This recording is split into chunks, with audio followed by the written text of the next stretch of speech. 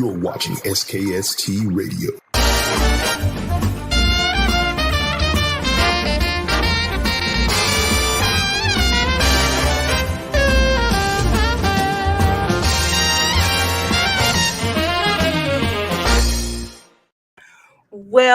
Well, welcome to another episode of SKST Radio, and we're talking real talk with Grayson. And today I have a special friend. He goes by the name of Kenon. He is an actor and a star of the movie that we're about to talk about. Hello, Kenon. Welcome to the show. Hey, thank you so much. I'm excited to be invited. Thank you. I appreciate it. Well, thank you. Let me tell you, boy, you got some scary stuff going on over here with the Reaper Man. Yeah. Oh my gosh. Well, let's start with you. Tell people who you are and how you got started in the acting career. Well, again, my name is Kenon Walker. I got started acting, and my mom she put me in a theater camp in Atlanta, Georgia, when I was 13, the Alliance Theater Company, and that was really just to keep me out of trouble. You know what I mean? Just give me something to do for that summer because I was a.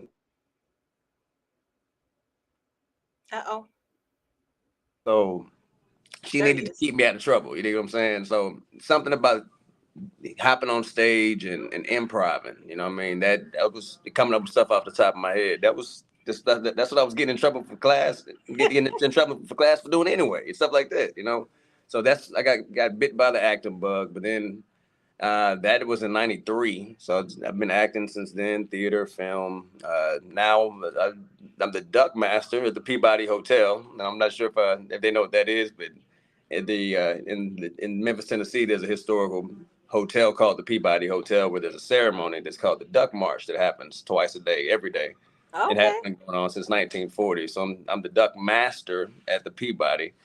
And now with the Reaper Man, this is my first starring role in an indie film, and it's I'm excited about it. I'm really proud of the film. So the fact that we're on here talking about my first starring role, I'm really excited about it. Well, oh man, it seems like you guys got a good cast. So it was casted well, and I like the concept. I like the concept. They say it's kind of like the CANDYMAN type something, Mm-hmm. So tell me, how did you get the script? How did you end up getting that role? Well, actually, what it was is it's a phenomenal filmmaker and talent, brother named Jason Lockridge. Jaron wrote this script, and I've worked with him on other projects before. There's a web series with him called The Stix and a short film called Phantom River. But the brother is just really, he goes by the guerrilla filmmaker because he really takes minimal means and cranks out maximum quality, projects. Wow. So this was really just a small, I can't say low budget. It was a no budget film. It was that we got together and we made. You dig what I'm saying? And we got together and we made out of love, and it turned out great. You know what I mean? And the simple fact that we created something that was special enough to garner attention from so many major outlets that wanted to distribute it. That was a dream come true. Because really, truth be told, we were just making a small indie film, which we thought we might put into a couple film festivals. And the fact that it's turned into all this, I'm really proud of it, and I'm excited for people to see it. Oh, wow. So let me ask you, do you like scary movies? I love scary movies. Do you? I grew up watching, but even like old school throwbacks like Blackula, you know what I'm saying? J.D'S Revenge. You know what I mean? I grew up watching those because, I actually love blaxploitation films in that whole time period. But then I grew up during the time period of the original Nightmare on Elm Street, with Freddy Krueger and Chucky and Nancy and all them. Boy, we know them. You know what I mean? So not the reboots. I'm not talking about the reboots. I mean the originals. You know what I mean? In the 80s, you know what I'm saying? So I always loved horror movies. And, growing up in the 80s, the things that we were exposed to that that we were allowed to watch as kids, it probably wasn't okay, but I guess by today's standards, you know what I mean? Yeah. The fact that we had Freddy Krueger toys and you know what I'm saying, the glove hand. Yeah. I had those as a kid. So I grew up loving horror movies, and I always wanted to be in one, even if I was the black dude who gets killed first at the very beginning of the movie. I was okay with that. You know what I mean? Like I wanted to be. That's what's gonna happen, right? Right. But I was okay with it. Like I always wanted to be killed by Chucky in some crazy way, and he say something, you know, silly before he killed me, or Freddy Krueger. Like that was, you know, that would have been dope to be that guy. But then, for I guess my path to lead me into starring in a horror in a horror film. It's really a dream come true because I had a good time. When I say I had a lot of fun filming this movie, it was my first time ever, you know, putting makeup on and the contacts and really just playing a supernatural character. And when I tell you, had the time of my life, like filming this movie. Like I really, really loved being the Reaper Man. And I was sad when the film was over. You know what I mean? Wow. So I just, you know, the fact that it came together like this, man, I can't wait for people to check it out. And to know that it was really a project that we did with minimal means, but with maximum effort. You dig what I'm saying? Like, this isn't a big budget movie. This is, you know, something that people who had a vision and a plan came together to make, and we made it amongst each other. And had a great time doing it, and the end result is really, really something that I hope people, you know, enjoy watching. It's a good time watching the film. Oh yeah. And I've been, you know, and one I've always loved, you know, low budget horror movies. Anyway, there's some that are really good. Yeah, some are real good. Yeah, absolutely. And then there's some that's so bad that you can't help but to keep watching them. You dig? This isn't one of those. You know what I'm saying? This isn't one of those. No. I wouldn't rate this one as one of those. No, I would say this is a really good one, actually. Thank you. You know, there's some hit and miss, but this one I think it made it. You know, I really do. So we have the trailer. Do you mind us showing the trailer? I don't mind at all. All right, let's see it.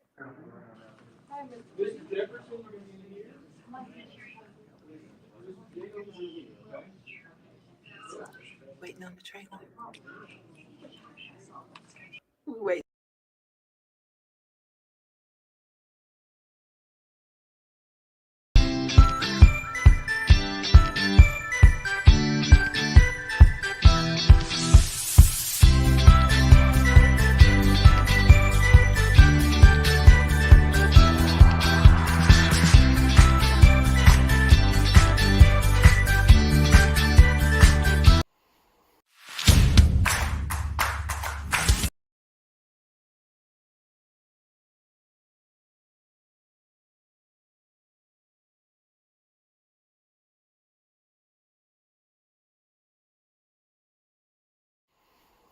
You don't have to face anything alone till death do us part.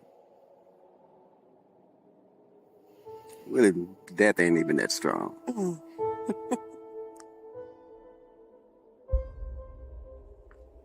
You have an aura of deep sorrow surrounding you. You're a widow.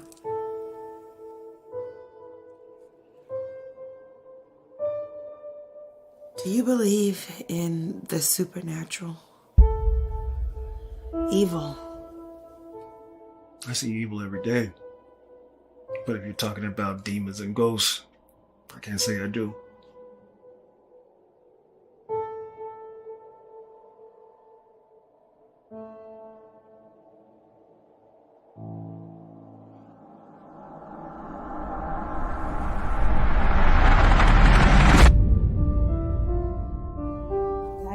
To undo whatever it is that you've done. What is there to undo? Okay, he's come back, but he's killing people. I need you to stop it and make him go away.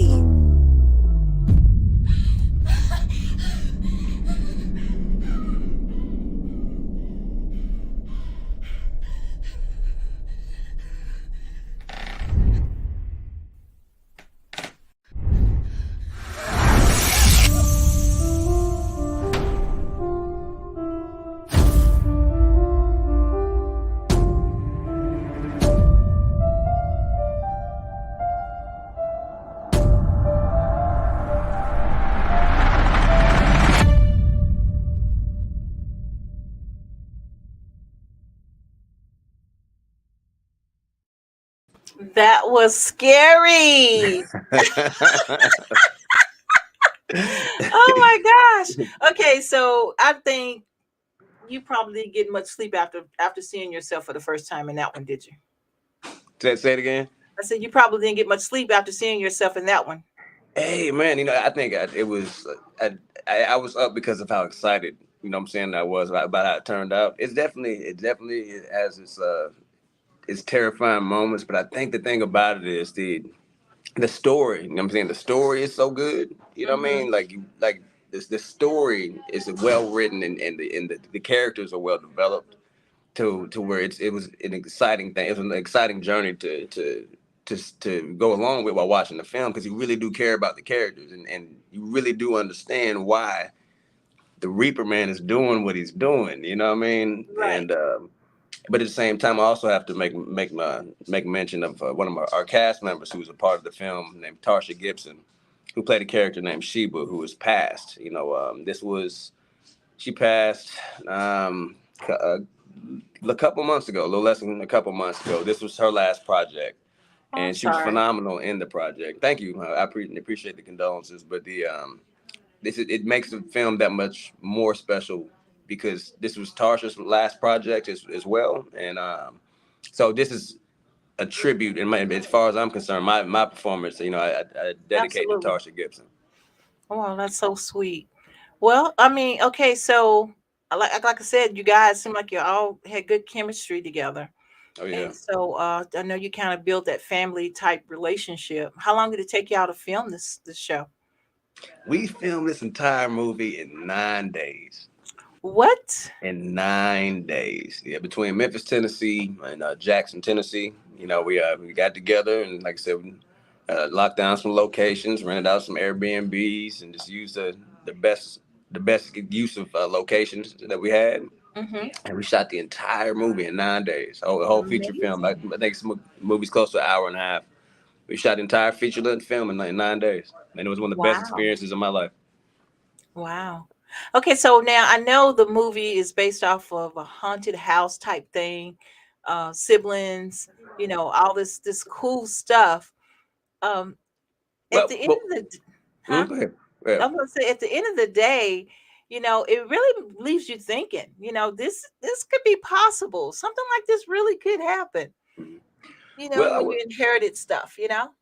Right, true. The film is definitely it it tackles a lot of different topics. Like there is a storyline there that has to do with sisters and siblings, but it's a love story too. It's a dark love story. You know what I mean? But really, the film was about a character named Joseph, who I play, who is newlywed to his wife Jessica, played by the amazing Jessica J. Johnson, who's phenomenal in the film. Like, she's so good in this film. But she's just a phenomenal talent anyway. You know what I'm saying? Very near and dear to my heart. I got a lot of love for Jessica. So she plays Jessica in the film.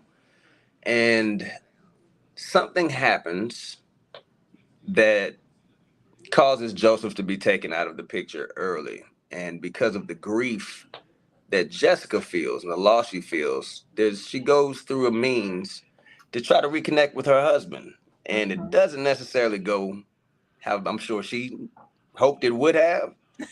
But I will say it's a lot of fun to see what happens when she goes through the process that she does to see her husband again, and what happens when that happens. You know what I Right. mean? So I don't want to say too much without giving, No, don't say too much, but yeah, it kind of reveals it a little bit in the trailer. right, So be careful what you wish for, in other right, words. right. So yeah, I mean, it's amazing. I'm so glad you guys came out with a movie like this. We needed something new, something fresh. A new killer. Right, right. Someone to be afraid of. Candyman's about candied out. Right, So I think the right. Reaper Man is in now. So Hey, I appreciate that. Yeah. my thing And is now, how we gonna get a sequel out of it? you know, there's we'll let people see the first one. You know what I'm saying? Okay, Watch the well, first yeah, one first. And I will say that the possibilities, there's possibilities there. There's seeds planted in the film that could continue forward, if the demand is there. yeah, But absolutely. I think if anything, I hope that people just really enjoy watching the first one, because again, this is it's an indie horror film, but it's a black horror film. You don't see a whole lot of those. And that's my You know what I point. mean? Yeah, You that was really my don't. point. You know what I mean? And the thing that I know a lot of people make comparisons to Candyman, which I would agree with. This is a similarity there, but there's a movie called The Crow, with Brandon Lee. You know what I mean? Matter of Yeah, fact, Brandon Lee passed away making The Crow. making the for yeah. Right. You know what I mean? And that film, that was a big inspiration for me when it came to this film. I mean, so if you take the Candyman, like The Crow, and like J.D'S Revenge, you mash them together, then Oh I yeah. think that'll kind of give you an idea of what to expect from the Reaper Man. But again, not not imitating those films. You know, it's No. not they're not remakes or rehashes of those films. It's our own take. But if I had to compare it to anything, it'd be those three things. But I know The Crow was, which I think is a beautiful, beautiful movie. I Oh love yeah, that first Crow. absolutely. I agree. Awesome movie. That was, I guess, what was in the forefront of my mind while being the Reaper Man. I say that. Okay. Yeah. That was a great story. So, Kenan, what's next for you? Well, I got a few projects, that are done, that are waiting to come out. I'm in a film called Queen Rising, which is a psychological thriller that came out in theaters in Memphis in October. Hopefully, it'll be out streaming, worldwide soon. I've got a movie that I did with David Arquette, which is a documentary about Bozo the Clown. What? Yeah, so we got a Bozo the Clown project coming up that I'm a part of. I can't speak on too much, but that's completed and that's waiting to come out. I have a film called Jukin that is on Stars now. It's been out for the last year on Stars. So that's available now and on Amazon Prime. And I've got a film, my first Hollywood film, which I did, called Way Down Bundy. Actor named Steve Guttenberg. Oh, the actor was in Police Academy and the Short Circuit Yeah, movie yeah, back yeah. in the day. Yeah, I did a movie with Steve Guttenberg, man. Wow, that's crazy. So yeah, so it's some good stuff coming up, and of course, if you're traveling to Memphis, I'm also the Duck Master at the Peabody Hotel. CNN just aired a story about me and the Ducks and the history of the Ducks last week. So the worldwide attention now that's being shed on the ceremony and people wanting to meet the Duck Master. It's kind of kicked things up to a whole nother level. But Well, I'm so let's grateful. go back. What is the Duck Master? What is that? Well, the Duck Masters, in 1933, all right, and I'm the general manager of the Peabody Hotel, and a friend of his, they went duck hunting, all right, and over in Arkansas in the middle of winter. And they used these live duck decoys back then. I guess they tie string around a duck's foot, would call out, draw in other ducks. I'm assuming, because I'm not a duck hunter. But, and you know what I'm saying? But in order to stay warm, they took a lot of Jack Daniels whiskey over there with them. Okay. Well, they got pretty warm, if you understand what I mean. Like they decided in the middle of the night to bring those live duck decoys back to the hotel and set them loose inside the lobby fountain. Right? I don't think anybody was in the lobby, but they probably finished off the jack. They went back up to their rooms, but they left those ducks in that fountain downstairs. So when people woke up the next morning and saw these three ducks that were living in this fountain, it became a staple. So for 7 years, there were three ducks who lived in the fountain.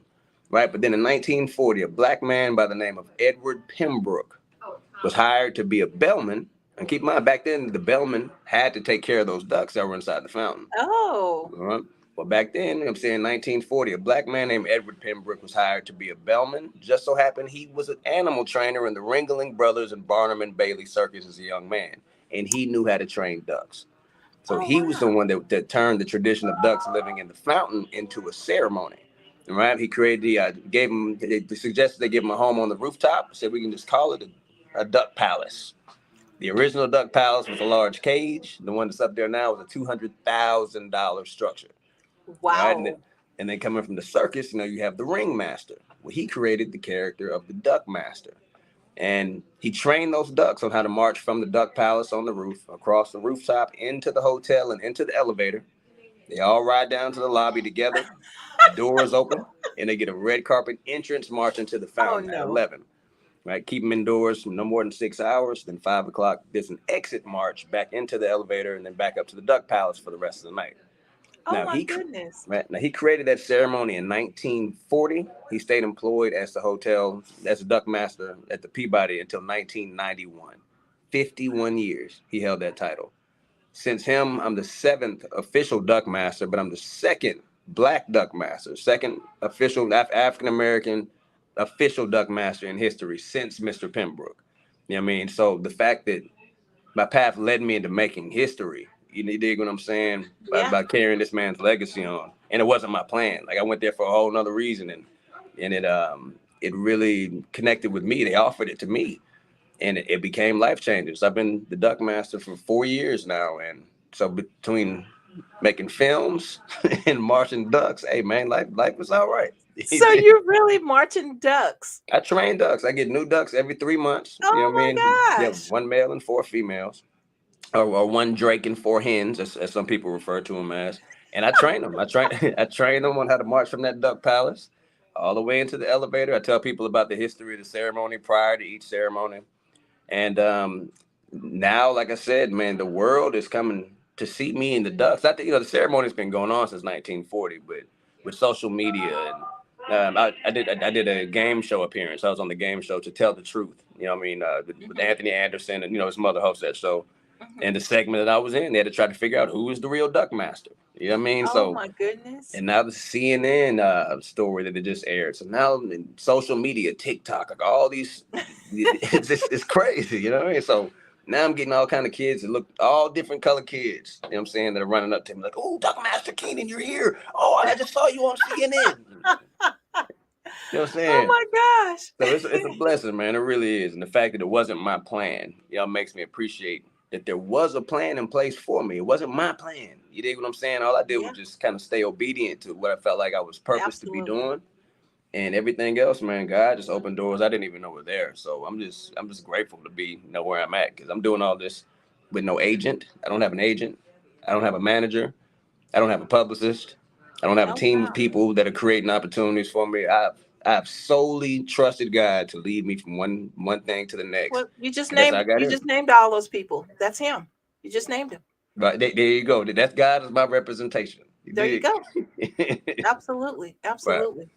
Now, so since we're on words of wisdom, what type of wisdom can you give? Words of wisdom can you give to someone who's trying to be where you are right today?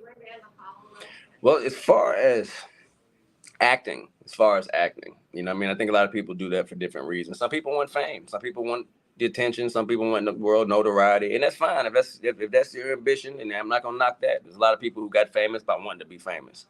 My path was a little bit different because I grew up kind of rough. You know what I'm saying? So when I got a chance to play a different character, I didn't have to think about my present circumstances. I could look through the perspective of that character, and I could be someone else. I could like literally walk in someone else's shoes. And there was something that was therapeutic about that for me. You know what I mean? So I would seek out roles that challenge me to grow, or challenge me to think outside of, the box and what my current, circumstances were at that time. And I built bonds and relationships on each one of those sets and each one of those stages and productions. I expressed appreciation to people for giving me opportunities, you know what I mean? And I went above and beyond. I would carry equipment. I would, I'd show up early, I'd stay late to prove that, that I was grateful for being there. And that led to bonds with people who continued to make films and continued to write plays, and they continued to keep me in mind when their projects were coming up. But the thing I have to stress to people is that when you do a play, but theater is the best way. Theater is the best training, period. Yeah. For acting. If you can do theater, you can do anything. Absolutely. If you can do theater, you can do anything. So I would always, if someone's serious about the craft of acting, I would challenge you to start with theater. It could be something small as a community play, a church play. There's opportunities out there. You know what I mean? There are. But that stage training, that theatrical training, the blocking, the projection, the all that training will benefit you in film. But see, the difference is if you do a play, unless that play is recorded, then it's over once the show is over. Right. You had the experience that you went through with your co-stars, and you and your co-stars, the audience will have shared that experience. A film is forever. Ever, yeah. It's forever. You cannot erase it. It will outlive you. It will be there after you're gone. So if you attach yourself to just any kind of projects or any kind of thing, just because you have someone extended an opportunity, it becomes part of your legacy. You know what I mean? Yeah. And one thing somebody told me that's always stuck with me is I'd rather be great in a bad film than bad in a great film. Right? So would always ask questions, even though I don't have an agent or that. I would ask questions. So when people would offer me, parts or this or that, I'd be like, well, send me an example of something you've done. Send me the script. I mean, where do I fit into this character? What kind of quality are we working with? Because I know that this is, people will see this at some point. My daughter will see this at some point. You know what I mean? And I don't want to leave a bunch of stuff behind that I regret. And Right. like I have to tell people, oh, no, don't worry about that one. No, don't watch that one. No, skip that one. Don't worry about that one. Don't watch that one either. This one, that's the good one. Oh, that's the good one. Watch that one. I want you to be able to watch everything that I'm in. Right. You know what I'm saying? So the best advice I know to give is, man, really respect your image. Respect what you attach your image and your talent to. I mean, one of the dopest things that I learned when I was a tour guide at the Civil Rights Museum at the Lorraine Motel was that Frederick Douglass, he would not allow a photograph or painting to be made of. He had grace and he had poise. He was mindful of his image then. That's why every picture you see of Frederick Douglass is of him with respect and grace. Mm-hmm. We kind of lost sight of that today. Right. Mindful of what they did that day, how we're representing them tomorrow, depending on what you did that day. I mean, on camera, on video. So I think as long as you respect your image, is respect your craft, and think about the fact this is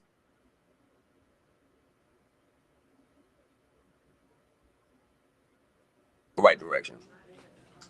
Absolutely. Absolutely. I hope that Well, wasn't a long way to answer a short question. no, that's good. I mean, some good stuff. I mean, actually, what we offer our audience, you can't buy. You can't buy this information. You just can't.